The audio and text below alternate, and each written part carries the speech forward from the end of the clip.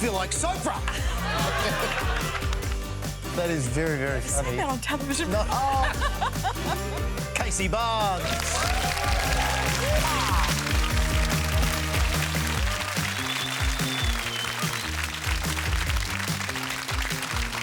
Oh, welcome to the House of Wellness, the show with a good word on the good life. And we're joined, as always, not only by Mel Doyle, Yvie Jones is over there, and Dr. Ahmed Kazmi. We look very colourful.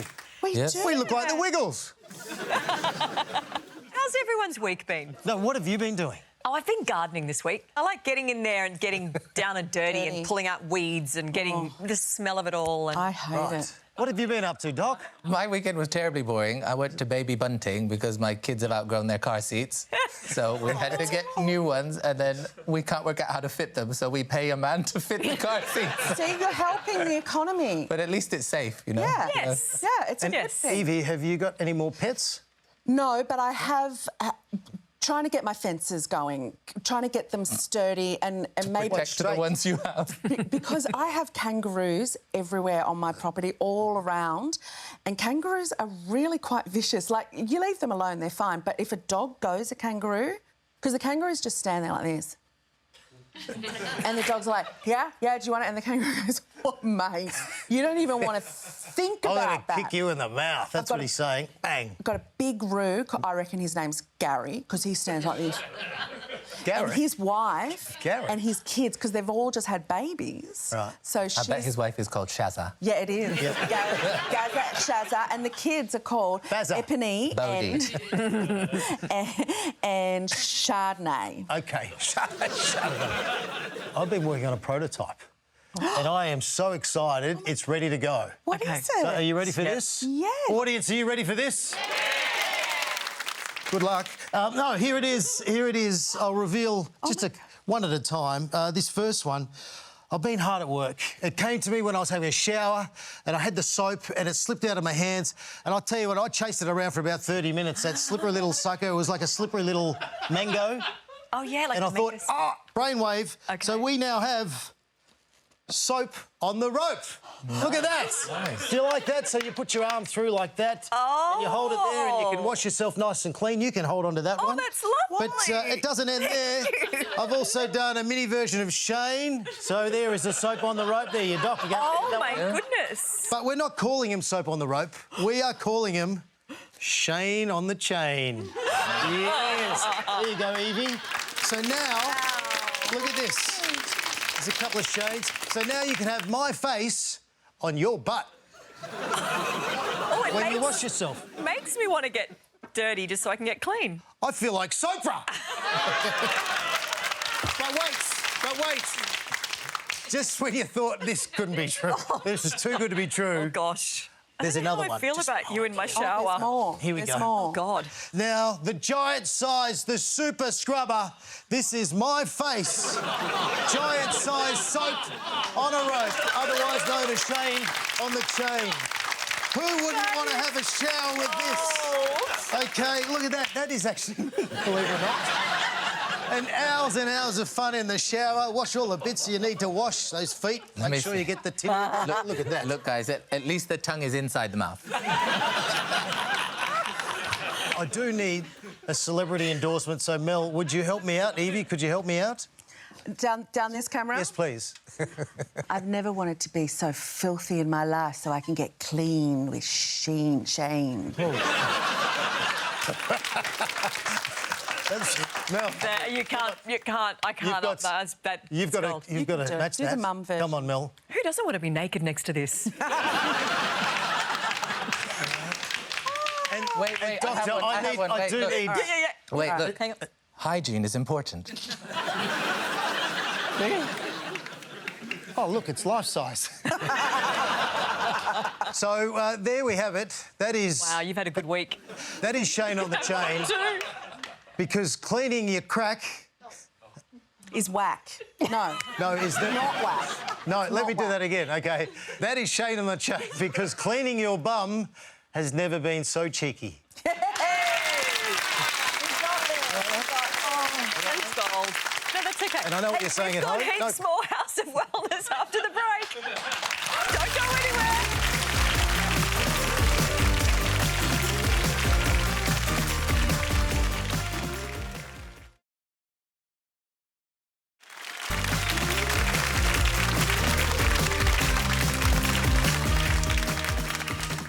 Alopecia affects so many people, but there are a lot of misconceptions. Fortunately, we have one of Australia's leading alopecia experts with us, our very own Dr. Ahmed. Thank you. Dr. Ahmed. And we're also joined by Sarah Christian, who has lived experience, as well as doing amazing work for people who are going through hair loss. Please welcome Sarah. Thank you so much. Dr. Ahmed, I'm going to start with you, though. Yes. Just explaining to us exactly what alopecia is and who it affects. Yes, so alopecia is just the medical term for hair loss.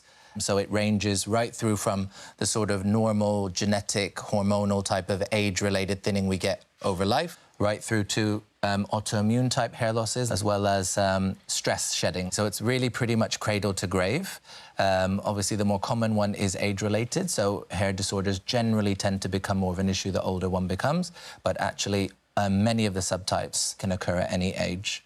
So it can affect anyone. It affects men and women equally as well. So any gender, it affects all ethnicities, all age groups, but which specific subtype can vary considerably depending on which patient group it is. Who does it affect? Like anybody? So it can affect anyone. Sarah, can you tell us a bit about your journey? I sure can. So my hair loss started when I was about 7, just like small little patches, say like 20-cent piece size. And then over time, it ended up being complete hair loss. So I started wearing like full wigs at probably 10 or 11 years old. So that was when I lost all my hair. It always grew back about a year later. Then I lost it again about 15, 16. And then the same thing again, it grew back a couple of years later. And then this time, I lost it all again at about 28, and it hasn't grown back. The physical is one thing, but the emotional, especially when you're a young person finding your way in the world, that must be really quite distressing. It is tough. I think different ages, like when you're a kid, they say up to like 7 or 8, you don't really know. 15, 16 was probably the hardest age. 28, I was kind of like, oh, not again. But I'm fine with it now. From the other side of it, I have to say one of the most satisfying parts for me of treating alopecia, which is my special interest, is this, you know, teenager, high life impact, causes lots of distress, shyness, and then for the first time after a long time, we do actually have some very good treatments.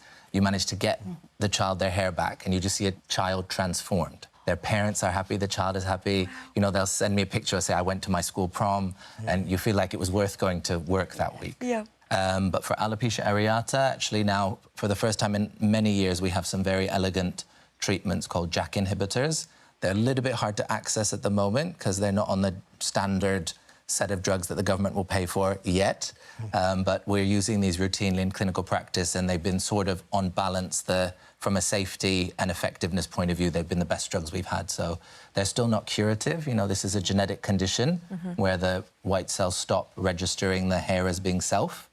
And your journey is not that unusual, unfortunately. The gene will get switched on and off depending on what's happening in your life. His brain's like an encyclopedia, isn't it? I know, I was like, wow. Like even those words, I've never heard those words in my life. I'm like, what is he saying? I'm trying to take it all in, but I find I'd it ask you to repeat them, but I know that you can't.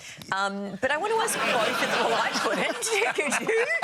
Some of those medical terms. I want to ask both of you, but Sarah, starting with you, the biggest misconceptions do you think that are out there about alopecia?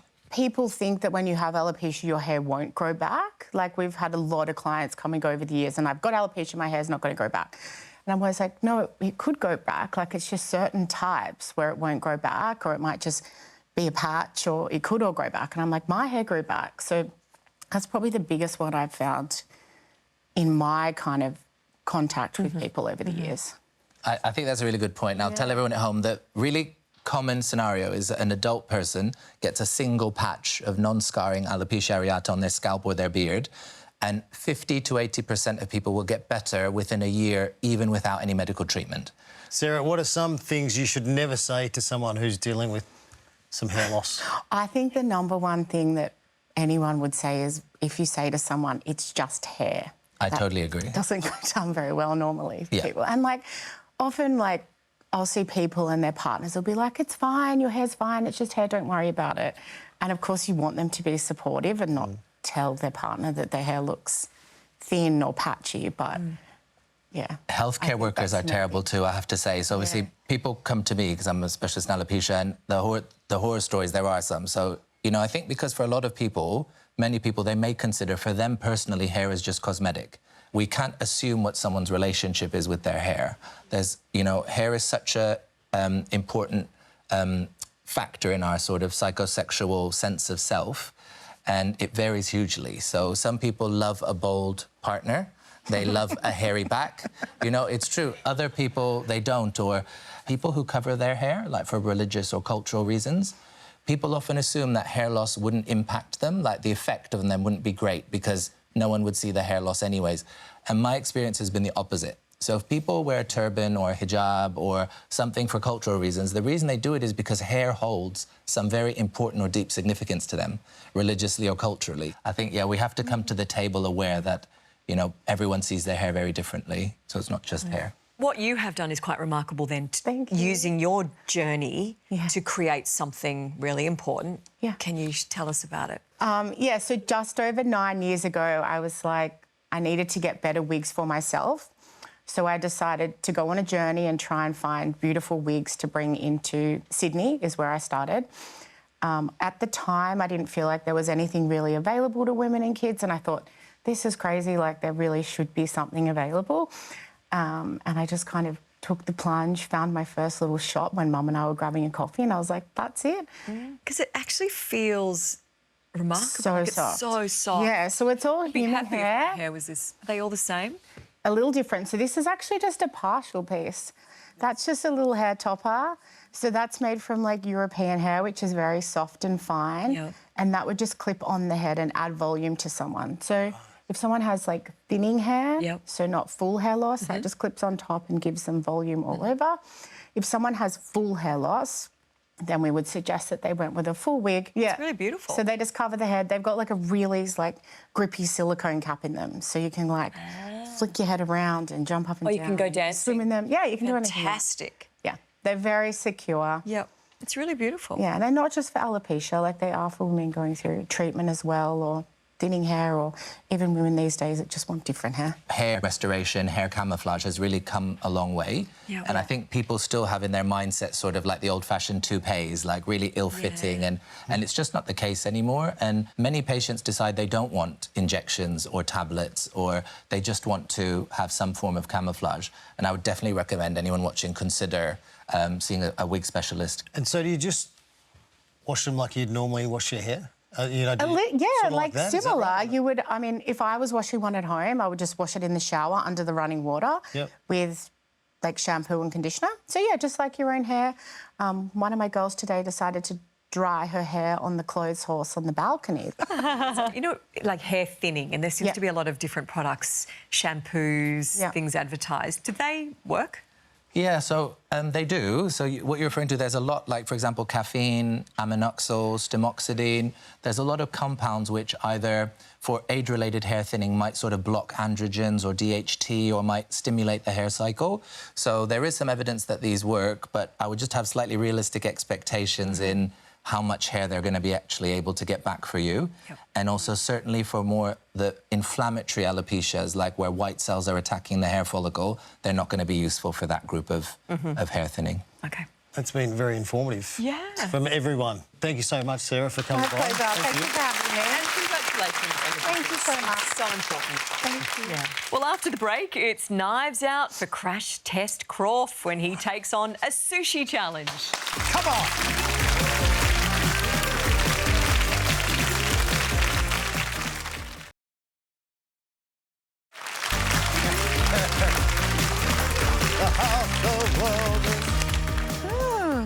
You know, you were just talking about hair pieces. Yeah. Just fixing up my fringe. This is a topper. Really? Oh. Yeah. Yeah, I have stress-related hair loss, so it comes and goes when I get stressed about something. So I just get like patches or thinning hair. I got 2 toppers, and so one has a fringe in it and one doesn't. And I now just wear them for fashion because... and laziness mostly. Good news, team. It's time for another one of these.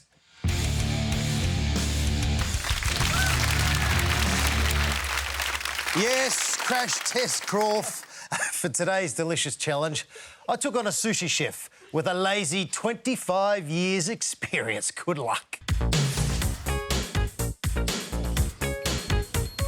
Takeshi, I've eaten a lot of sushi in my time. Okay. Very good at eating, not good at making. Yeah. But I'm prepared to take you on today. Okay, Are you thank nervous? you. Yeah, no, I'm not nervous. If you achieve the goal today better than me, Yes. means I'm the good trainer. That's why. Do Japanese people like wasabi? The wasabi actually they think like a very hot, like a make cry. Does it burn twice? Once burning, next one is flavor. Oh, okay. Yeah. Does it make sense? No, I meant burn twice. Like hot. Hot. I'm sure you can do some wonderful things. Yeah. But can you do them as good as me? だから言ったじゃダメだって。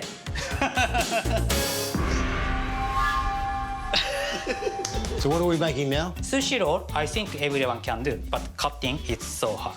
Finger and then towards to down. Wasabi, fish in the center. This one goes to edge. Oh, very good. You want to try? Yes. This is going to be my first sushi roll. Up, More white. Yeah, good. across there. Good. This is the best one. Yeah. No, Oh. the edge goes to here. Stick on here, like this. Yes. Good. That is my Amazing. first sushi Amazing. roll. I think this one's better than that one. That's That's not fair for the guest. If guest eating this part, nothing fish inside. No. Oh, no. And easy to push. Yep. And then last. Good. Good. Oh, no. Oh. Hi. How do you think I went? I love it. Yes. Yeah, but I think you need another 25 years, same as me. That's mine. That's Oh, mine. come on, you gotta share. Maybe I'll just take in this one. This one's very well.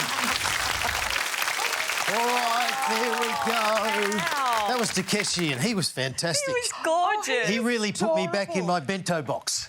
You like that? Yes. Hey, here we go. love it. I've got some sushi. Okay. Have a look at that. Yum. I have made this. Okay. I did. Do I try some? Yes, very much Hands so. on fire. Am I going to... Yeah, go. Do Tell I me what you trust you? think. Did you wash your hands with a Please, soap on a trust rope? me. No. We have a very special guest, nutritionist, Jenna Lee McGuinness. Welcome. How do you think I went? This is pretty good. I was questioning your knife skills. Have you used a knife before? The knives that Takeshi had were thousands of dollars. Yeah. And I was very scared, actually. Nervous? Yeah, But good. it was like him putting a masterpiece together. Nutritionally, how good is fish for us? Fish is really good to have in our diet. It's definitely something we need to have in moderation, but if we're getting the right sources from a really good place, is going to have a huge impact on its nutritional benefits. So yes, it's really known for its omega-3 fatty acids, which are not very high in a standard Australian diet. We have a lot of omega-6, which is more pro-inflammatory. So we're looking at getting more anti-inflammatory nutrients in the diet, then we want to add fish in. And what about the health benefits? What's the difference between raw and cooked fish? So raw fish, it does seem to contain much more of the omega-3 fatty acids. So they are going to help with that anti-inflammation. So looking at reducing our cardiovascular risk, which is the global #1 killer. So if we can add more omegas in the diet, then we're helping ourselves live longer. But cooked fish, look, obviously you can cook it so many different ways. How you cook it is going to have an impact on the health benefits as well. So raw, yes, more omegas, but also a few more B vitamins as well, which are really good for our brain health. Yeah. So battered and fried, is that what you're saying? It's very not... Okay. Not ideal. It tastes so much better that way, though. At times. Within moderation, Yeah, yeah. of course. Yes. Absolutely. Especially with some little chippies next to it. Yes. Anyway, every time I think of Japanese food, I think fresh and healthy. Is that right? Yeah, I think that's why they're living the longest in the world, right? Because they have they a really? very balanced diet. But it's not just about their diet, it's about their habits. They have really healthy habits, the way they eat. They always share their food. It's really quality, lean proteins, really low in saturated fats. Quality protein in every meal. They're getting fermented foods in. You've got your miso soup, seaweed, the tofu. So all your products that come from soy, so heart healthy, healthy for women particularly with their estrogens, as estrogen drops as we age. Well, here in Australia, if we share food, like if we go to the pub and someone pinches some of your food, it's a fight. It's on. Where you're telling me Japanese people love sharing their food. They will with even one share another. an apple. Yeah. Share an apple. Yeah. Yeah. Right. But I find that a lot of cultures share their food. We are a greedy little culture. All right, well, let's do more Japanese. And thank you for learning to make sushi for us. That was really good. You did really well. Anytime. I'll make sushi for you guys. Did you really make that? Yes? No, I got out of the catering truck outside. Jenna Lee McInnes, thank you so much for coming in. Thank you. Please, and here's a gift, actually. You can take the rest with you. There you go. Wow. Somebody really... I wouldn't eat it. Definitely wouldn't eat it. Now you tell me. I wouldn't eat it. After the break, we take a deep dive into poo. Oh. There's got to be a better way to say that. And explore the link between food and mood.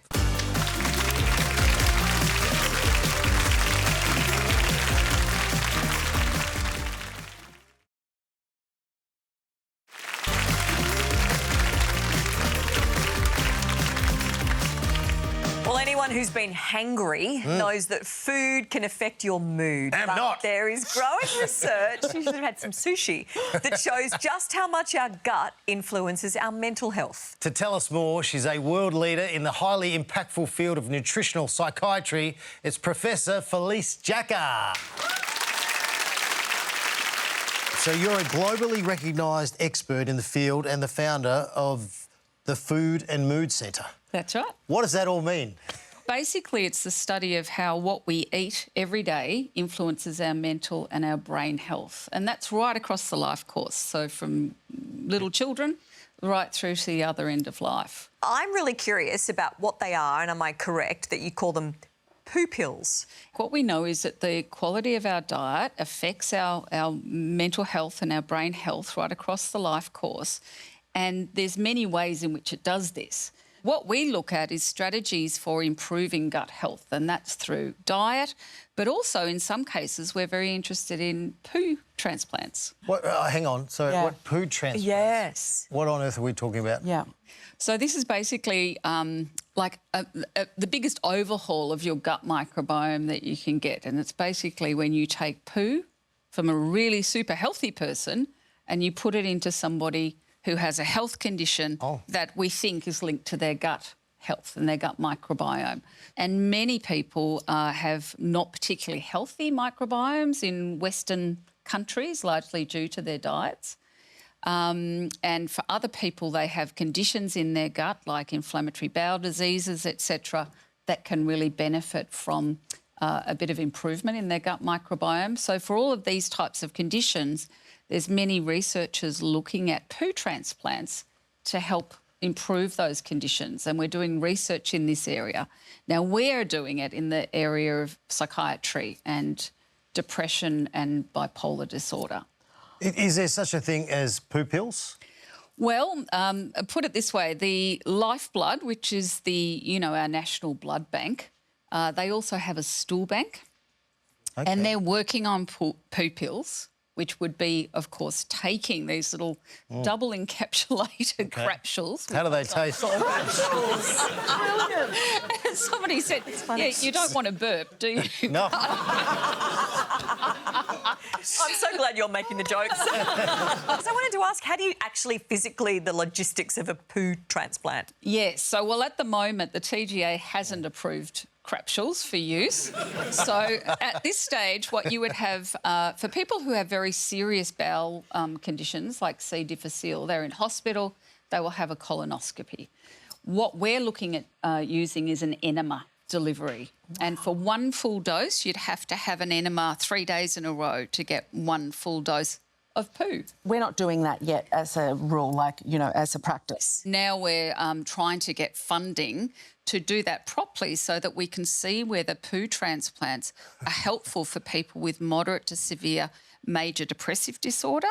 And we're also wanting to do it in bipolar disorder because there's been some very, very interesting case studies in people with long-standing, quite severe bipolar disorder having, almost what you'd call miraculous cures that have lasted for many, many years after a series of poo transplants. That's amazing. You're like a mad scientist, aren't you? Yeah.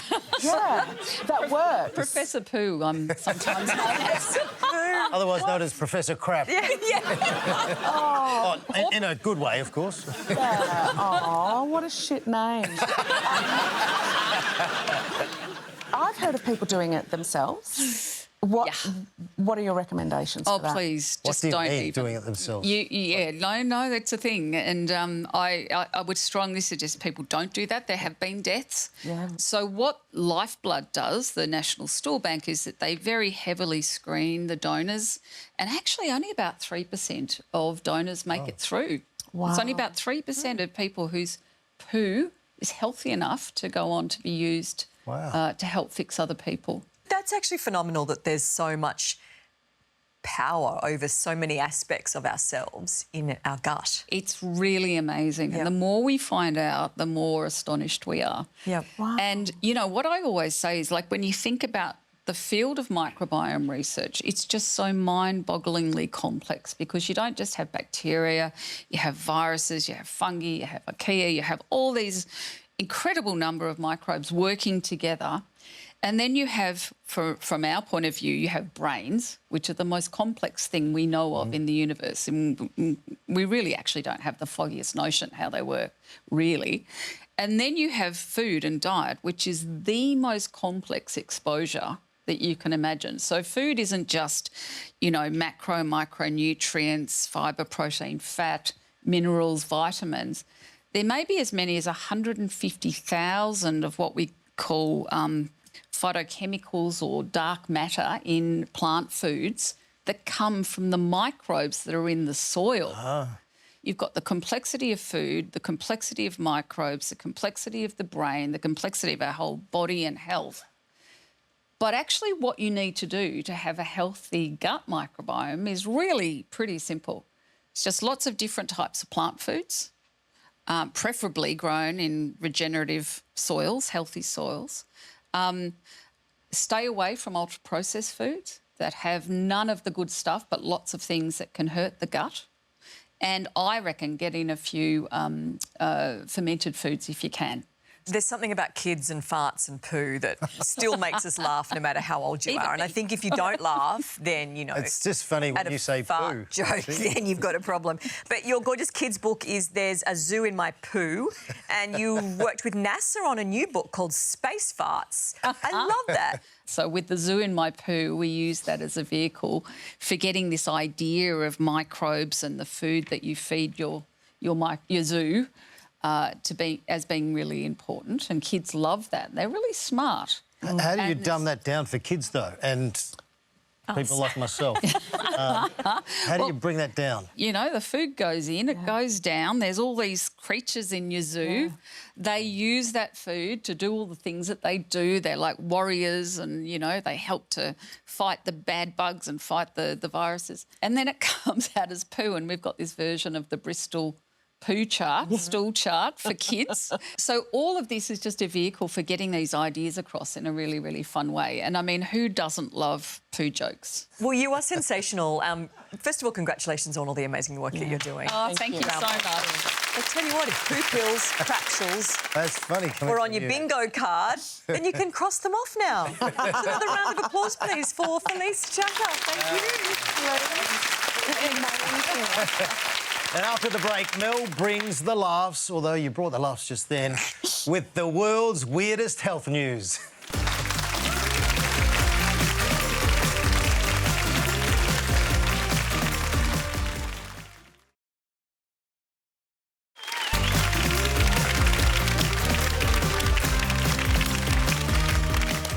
Welcome back. We've got a very exciting segment coming up. It's been talked about all around the world. It's time for Worldwide Wellness with Melissa Doyle.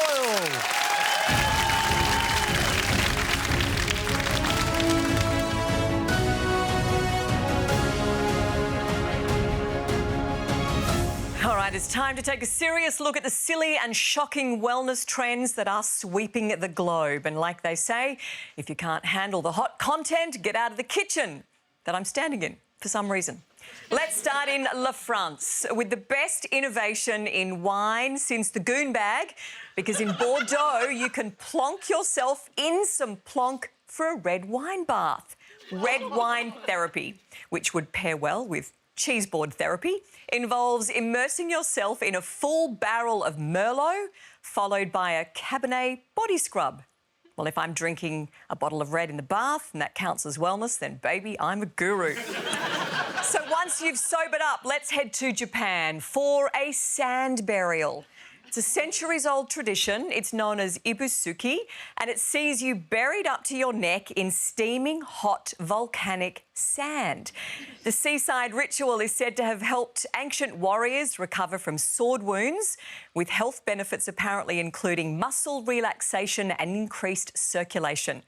And for a laugh, pop a hot chip on their head and watch the seagulls go nuts.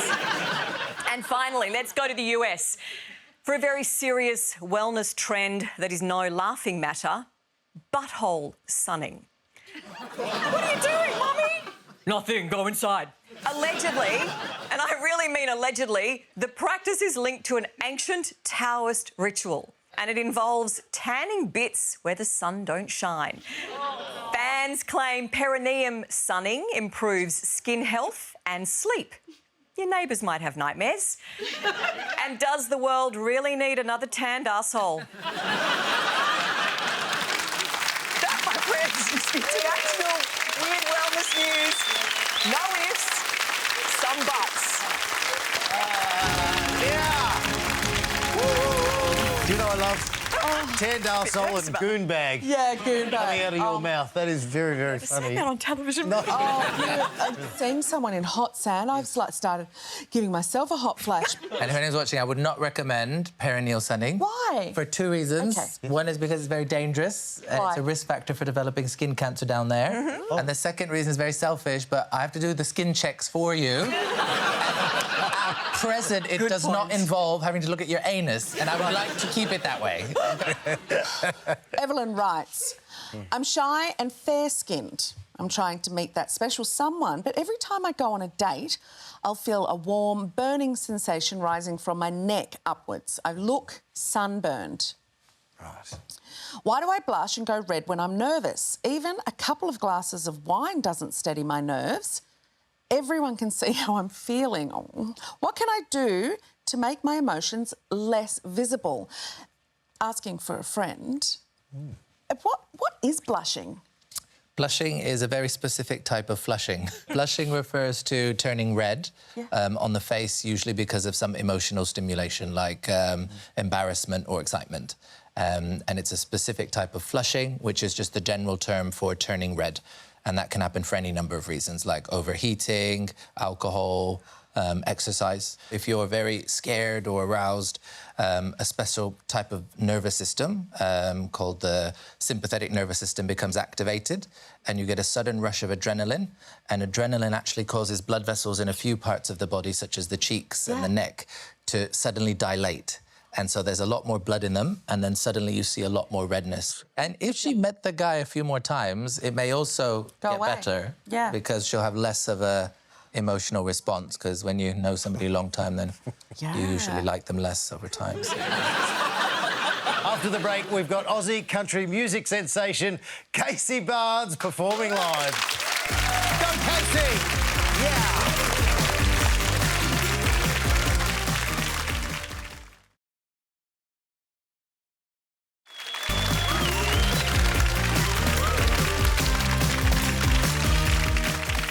Our next guest has topped the ARIA country charts and is not showing any signs of slowing down anytime soon. Would you please welcome the king of Aussie country, Casey Barnes.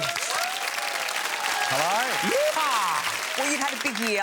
Your album Mayday won a Golden Guitar at the Aussie Country Music Awards, and you've been working in Nashville. There's been so much happening. Yeah, a lot of touring and working on a new album, so it's very exciting.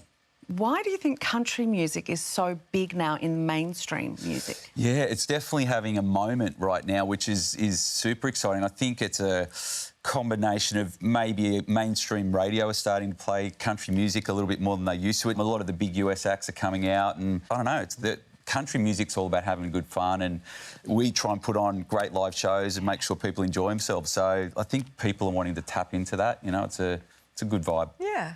And I understand, Casey, for you, music's something of a family affair, is that right? It is, yes. My wife and I met through music. She's a singer as well, and you can see here, this is us a couple of weeks ago. That's my daughter next to me on stage at the Gympie Muster, and yeah, she's now singing as well, and and my other daughter is too. So yeah. Oh, I Very love talented that. family. The Yeah. Gympie Muster. That's a must do. If you ever get the chance to do the Gympie Muster, it's yeah. one of those festivals you have to do it. It's awesome.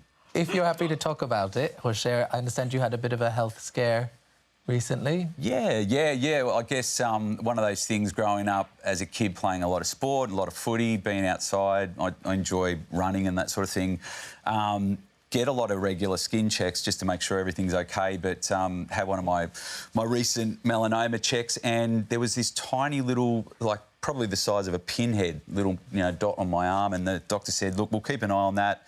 We could take a biopsy today, or we could check it out in another few months. And there was like this little voice in my head that was like, let's just get a biopsy done just to be safe. That's the right voice. Do that. Always. And came back. It was an early melanoma, so straight in, had it cut out.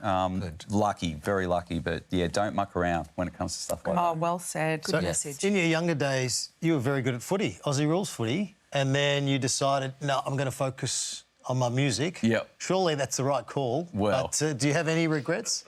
Mate, all I wanted to do my entire life as a kid growing up down in Tassie playing was I wanted to play one game on the MCG, because that was the holy grail, and I'm a mad Hawthorn supporter and always have been. But yeah, it sort of got to a point I played a bit of rep footy and went up to Queensland and played with Nick Riewoldt, and we won a premiership, and he went on to captain St Kilda and I went on to do music. So it was sort of got to a point where it's hard to do both. But yeah, I hopefully pick the right thing. Maybe you can do like a charity match one day with... Yeah. That's what, Maybe you can do that would be the inroad. That would Get be rid the of inroad. Snoop Dogg. Maybe you can do the Yeah. AFL Grand Final, eh? That's the dream.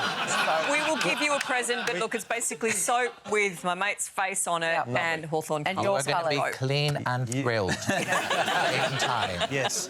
What about in your younger days? Was there any sort of country singers back then that you really loved and admired? Yeah, well, interestingly, the first concert I ever went to as a kid was Johnny Cash. And Johnny Cash and John Williamson was the support act. And I just remember being that small that I was just peeking through the crowd, just trying to get a glimpse of it all. But that and then, I wasn't just country. I was always influenced by, Dire Straits and the Beatles and, Matchbox 20 when I went through the 90s and, all those sort of rock bands and stuff. Yeah. So I guess my sound has that element to it as well. It's country, but there's a little bit of rock to it as well. And Always a bit of a twang? A little bit of a twang. Yeah. When I used to do covers gigs, you'd have drunk punters come up at the end of the night and they'd go, mate, have you ever thought about doing country? I reckon you bloody go all right at or whatever. And I'd be like, no, I'm not doing country music. But then as it happens, it's exactly what I ended up doing. Ever consider doing like a fusion track? Because we could do like a Bhangra, Yes. Punjabi, Aussie country. Yeah, I think I that would be like a good combo. Mate, like The music would work. I'm open to it.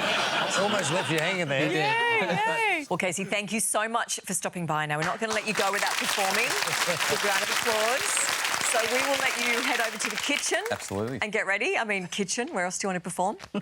We do a lot of rehorsals at home in the kitchen, Excellent. so this is good. This is Perfect. Well, thank you very much. Casey Barnes, everybody.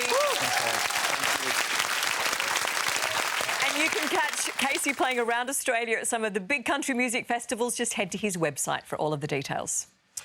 And we'll be back next Wednesday at 9:30. But to take us out, here's Casey Barnes in the kitchen with Rough Around the Edges.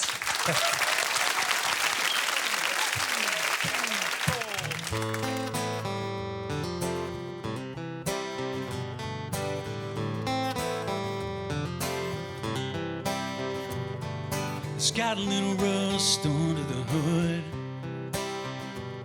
It's probably done a few miles more than it should.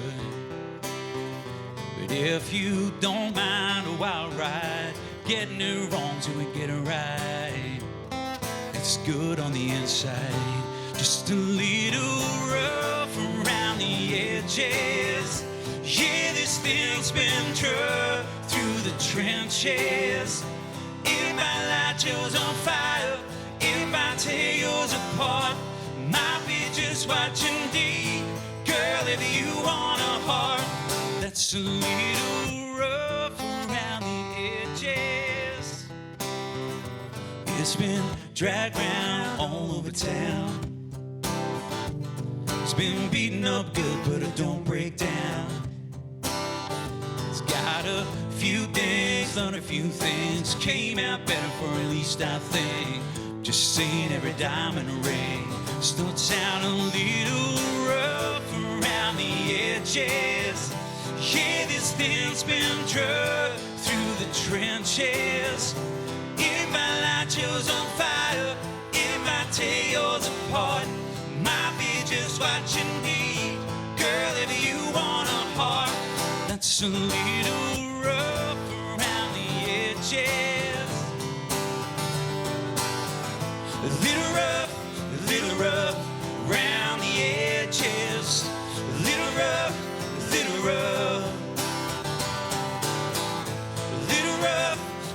rough, around the edges. A little rough.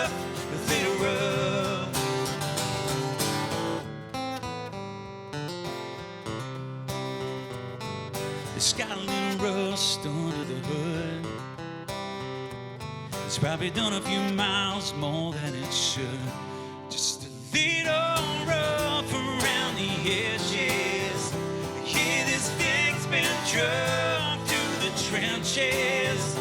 If my light yours on fire, it might tear yours apart. It might be just what you need. Girl, if you want a heart that's a little rough around the edges. Around the edges. Rough around the edges. Be a little rough around the edges. Around the edges. Rough around the edges.